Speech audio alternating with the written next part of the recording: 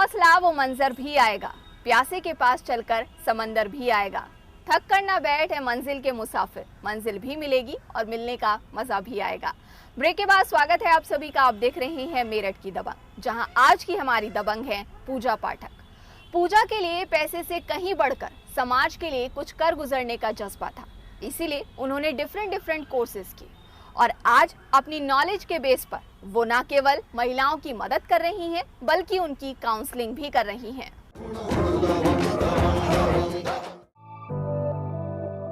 सिर्फ 19 साल की उम्र में एक बेटी को संभालते हुए कई कटीली राहों से होकर वो गुजरी। बच्चों को संभालना, घर के काम करना और कुछ हटकर कर गुजरने के जुनून के चलते उन्होंने एक डे केयर सेंटर की शुरुआत की, ताकि उन जैसी महिलाएं अपने बच्चों की तरफ से निश्चिंत होकर अपने आप को आत्मनिर्भर बना सकें। थोड़े से बच्चों के साथ शुरू हुआ ये सफर आज एक कारवां बन चुका है।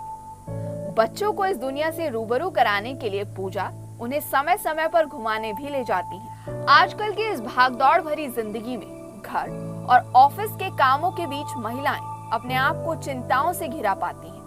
इस बात को समझते हुए उन्होंने ऐसी महिलाओं की काउंसलिंग भी शुरू की। शादी से पहले एनएसएस की स्टूडेंट रही हूँ, जिसमें मैंने यहाँ पर स्लम एरिया में गरीब बच्चों को शिक्षा दी है। उनके घर जाकर पढ़ाना मेरे एक एनएसएस के करिकुलम का हिस्सा रहा है। तो वो चीज़ मैंने आगरा में भी कंटिन्यू करी, मैंने उस चीज़ को छोड़ा नहीं। आगरा में मैंने गरीब बच्चों को शिक्षा दी, उनके लिए मैं एक अलग से क्लासेस चलाती थी। और क्योंकि गरीब बच्चों को पढ़ाना एक बहुत ही डिफ़िकल्ट काम होता है, क्योंकि वो लोग छोटे बच्चे काम करना चाहते हैं, वो आना नहीं चाहते, तो उनको वहाँ तक लाने के लिए मैं आर्थिक रूप से बहुत ज़्यादा स्ट्रॉन्ग ना होते हुए भी कुछ ना कुछ ऐसा प्रबंध उनके लिए किया करती थी कि वो मेरे पास पढ़ने आए। वो किसी भी रूप में हो सकता था, चाहे मैं उन्हें किसी उपहार के रूप में, कुछ खाने की कुछ भी चीज़ मैं उनके लिए बनाकर उनको देना, तो ये सब मैं किया करती थी। महिलाओं की मैं काउंसलिंग करती हूँ। मैंने नर्सरी टीचर्स ट्रेनिंग सेंटर वहाँ खोला हुआ है।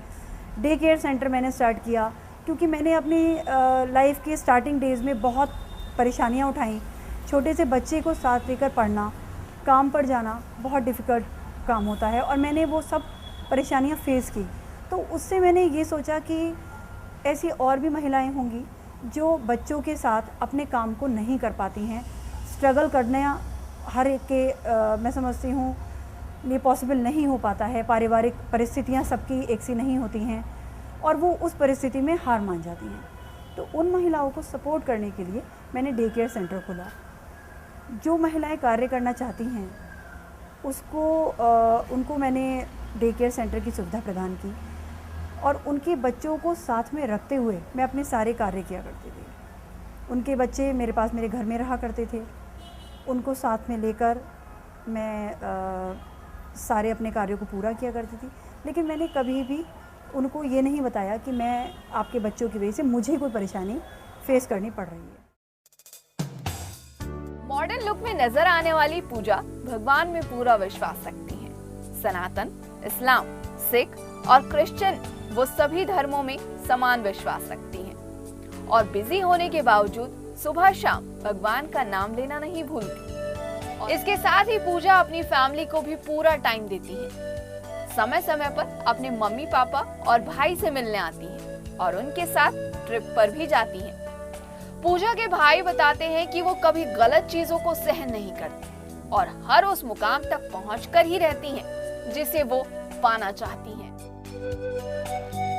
बेसिकली एक चीज़ तो मैंने रियलाइज़ की है कि इसमें लीडरशिप क्वालिटी है, और लड़कियां जो मैंने देखा है कि सप्रेसिव रहती हैं, और ऑन द कॉन्ट्री ये जो है थोड़ी लीडरशिप क्वालिटी ये भी थी।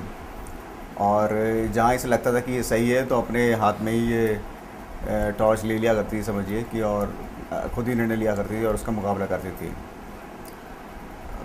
कई जगह मैंने ऐसे देखा जहाँ इसे लगा कि गलत चीज़ हो रही है तो वहाँ इसे उन चीज़ों का मुकाबला किया। दूसरी चीज़ ये है दृढ़ निश्चयी है ये, और जो चीज़ जैसे पापा जी ने बताया कि जो सोच लेती है या ठान लेती है वो करके दिखाती है। और जैसे ये आगरा में रहती थी तो मैंने वहाँ देखा, इसने निश्चय किया कि मुझे एक स्कूल खोलना है, तो इसने स्कूल खोलने का निर्णय लिया, उसके लिए प्रयास किए। शुरू में बहुत बाधाएं आई इसके सामने, लेकिन उन सब बाधाओं को लांघते हुए, उनसे लड़ते हुए इसने अपना एक स्कूल एस्टेब्लिश किया। उसके बाद एक जिम उसने खोला और जिम को स्थापित किया इसने, और उसने बीच में भी एक दो और वेंचर किए अपना, और कई चीज़ें ट्रायल और एरर मेथड से इसने सीखी। पहले कोई एक्सपोजर नहीं था, लड़की के लिए कर पाना बड़ा मुश्किल होता है। लेकिन हाँ, एक बात मैं कहूँगा, इसमें घर के सब लोगों की या तो मॉरल सपोर्ट रही या फिज़िकल सपोर्ट भी रही, और जीजा जी ने भी काफ़ी इसको सहयोग दिया और जो यथासंभव वो कर सकते थे वो किया। मम्मी पापा की लाडली और भाई की दुलारी पूजा अपने स्कूल का संचालन करने के साथ ही कुछ ऐसा करना चाहती थी जिससे कि वो अपने मम्मी पापा का सर गर्व से ऊंचा उठा सके। और एक दिन ऐसा भी आया जब माया नगरी मुंबई से उन्हें कॉल आया और उन्हें मौका मिला सबसे बड़े मंच कौन बनेगा करोड़पति के सेट पर पहुंचने का। पूजा के लिए ये एक सपने जैसा था, लेकिन ये सपना आज हकीकत में तब्दील हो चुका था। और अपने आप को सदी के महानायक अमिताभ बच्चन के सामने पाना आसमान में उड़ान भरने जैसा था। ये 10-15 मिनट का सेशन होता है सर, PBA इसकी फुल फॉर्म होती है सर, पति बुराई अभियान। मान्यवर, आप बहुत धन्य हैं कि आपको पूजा जैसी पत्नी मिली है, और माता पिता आप लोगों को मैं आशीर्वाद देता हूं और बधाई देता हूं कि इतनी ये इनकी सोच जो है इतनी गहरी और गंभीर है।